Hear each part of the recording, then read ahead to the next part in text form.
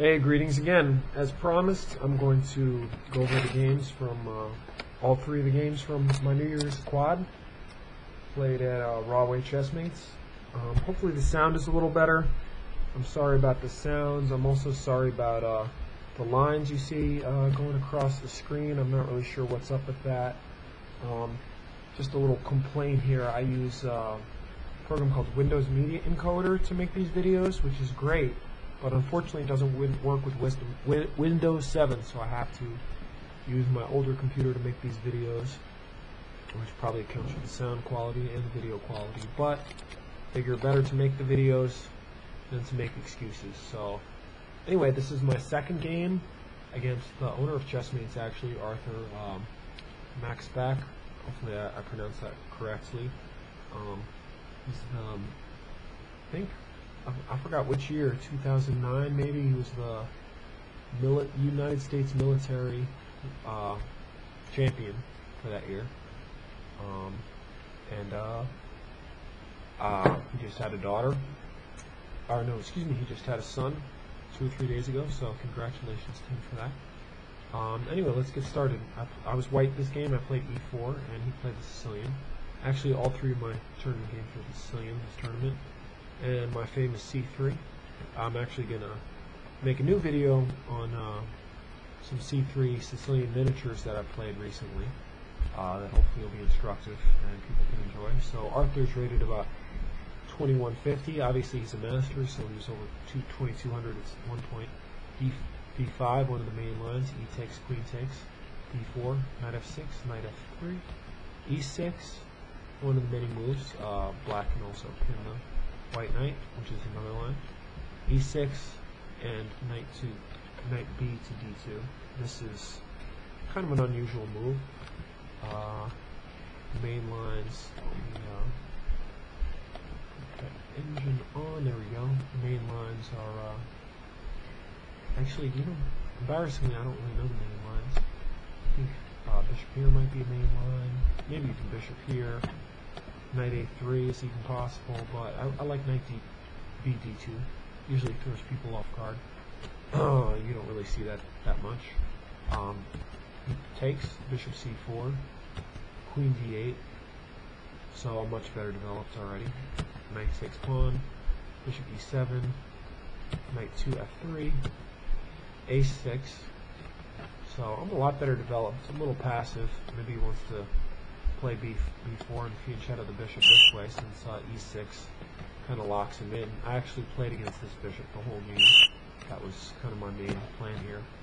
Played queen e2, dissuading ideas of e5 at some point, kind of keeping his bishop locked in.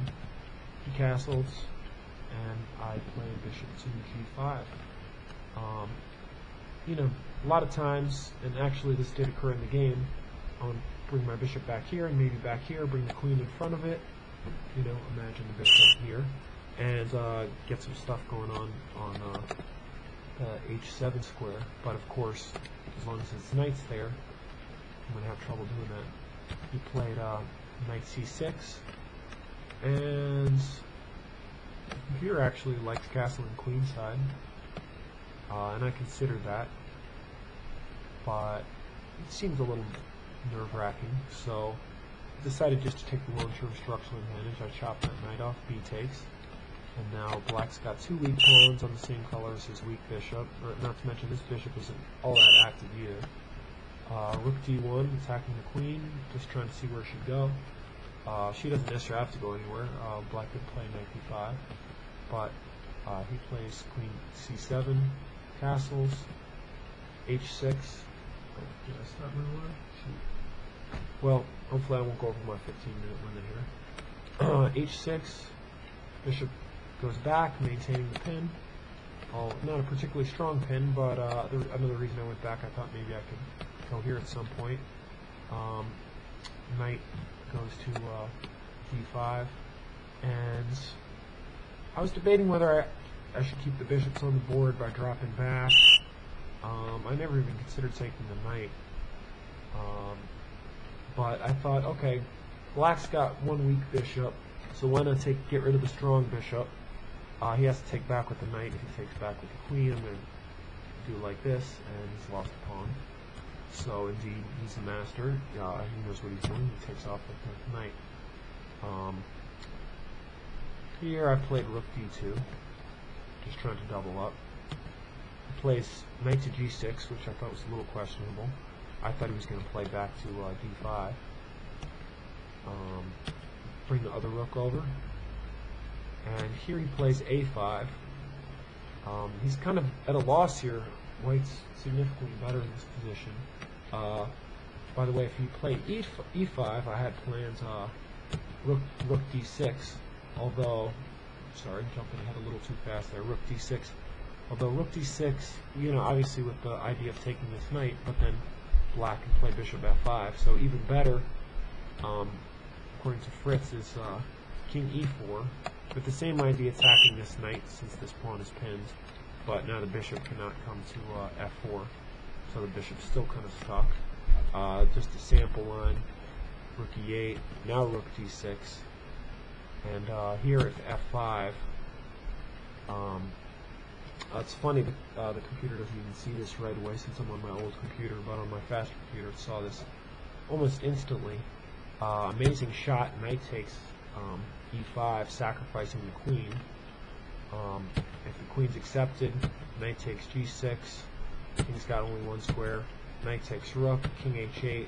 These might not be the absolute best moves, but just a sample line, rook to d8, queen a7.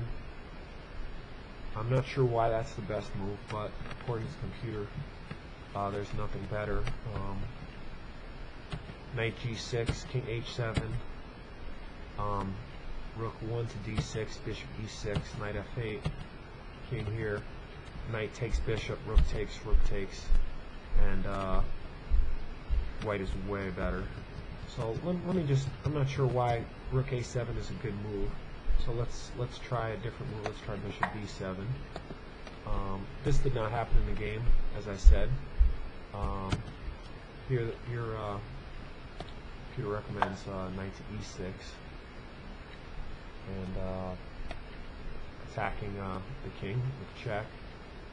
If rook takes, well, let's see what happens here. Oh, well, duh. Oh yeah, it's check and the queen's under attack, so that's why not bishop b7. So that explains the queen a7 move. But anyway, this did not happen in the game. e5 is not really a good move, so he played a5, just with some ideas of maybe busting up my pawns. I played h4, just with some attacking ideas on his king side, nothing too specific right away. a4, and here I played b4, maybe not the best move. A takes b, and rook a5, decided to hit the rook. Rook comes to a3, queen e3, defending the c3 pawn. It's pinned, but it's not a big deal. I seem to have lost my advantage according to the computer. The computer likes queen f4, and it says the game is pretty much equal. But instead, knight e7 was played. Rook over, rook takes, bishop takes, knight d5. Finally, the knight comes back to a strong d5 instead of a kind of a weak g6. Queen d3. So my plan is kind of obvious. I want to put the bishop on d1. Queen attacks the bishop, so I just put it where I want to anyway. f4, according to the computer, is the best move, according to Fritz. But that's a hard move to make because it puts the pawn on the same color as the bishop. This bishop looks quite bad. So it's understandable why he made a mistake here. Played knight f6. Here I played g4. Bishop a6, not really accomplishing much because I just play c4, g6, knight e5, more pressure on g6, knight e8, and h5. We're both in terrible time trouble here. We only have about a minute and a half left each. Thank God for the time delay, or I may not have won this. Knight to g7, just trying to survive here. I take, f takes.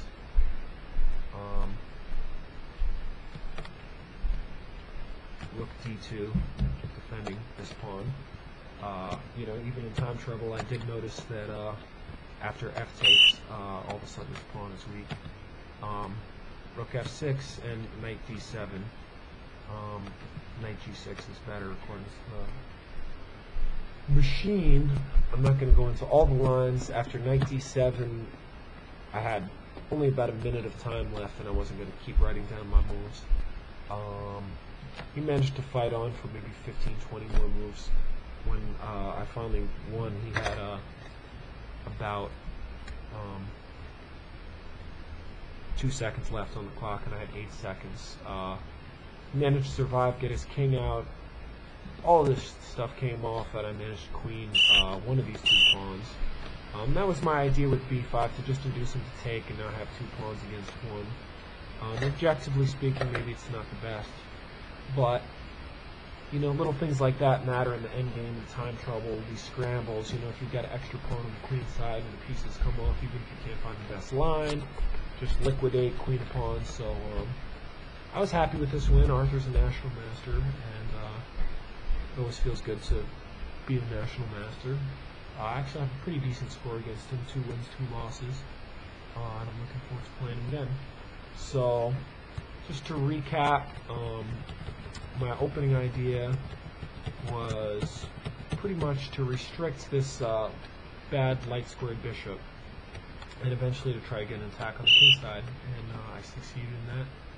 And I'm pretty happy with the game, which wasn't flawlessly played by any means, but I achieved my aim, so against a strong player, so I'm pretty pleased with that. Hopefully you found this game instructive and interesting and useful and entertaining. And I'm going to make one more against my final game versus Grandmaster Uddasin, so stay tuned.